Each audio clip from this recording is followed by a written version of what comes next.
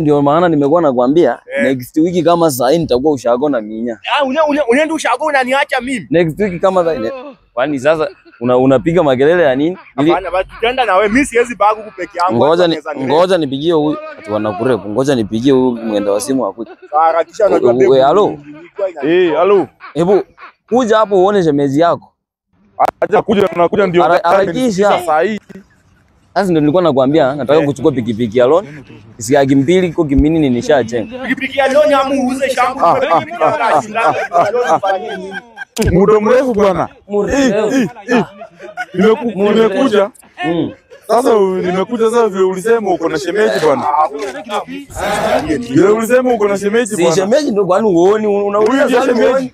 Ameanza madharau hivi. Unataka kusema huyo ni ndugu yangu? Hapana.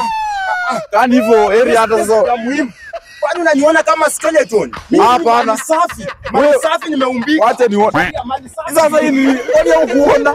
Hii ni nini? Wewe umekuja kuona shemeji yangu. Niambia mimi kitu naweza ona. Unaleta kitu yenye tufurahisha nyumbani pia sisi bwana. Mimi sifurahishi. Kwani kwa nyumba sasa. Hapana. Hii hapana.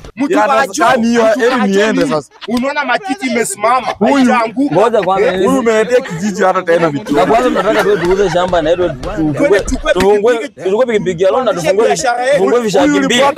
Town bwana huyu hakuna venye mtapelekana na yeye. Tutakata hapo kashamba hapo. Wacha ni kwa huyu ampelekani pahali.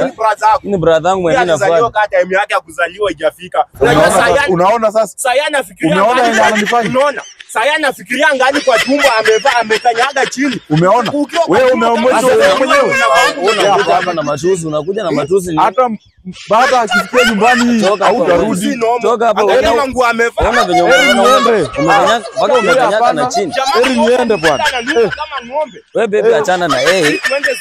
Twende tufungue vishaki. Twende tufungue biashara. Huyu mtu anakaa mwizi. Tutafungua vishaki. Mwanaume mzima unanuka kama ng'ombe. Pikipiki ya loan mbili.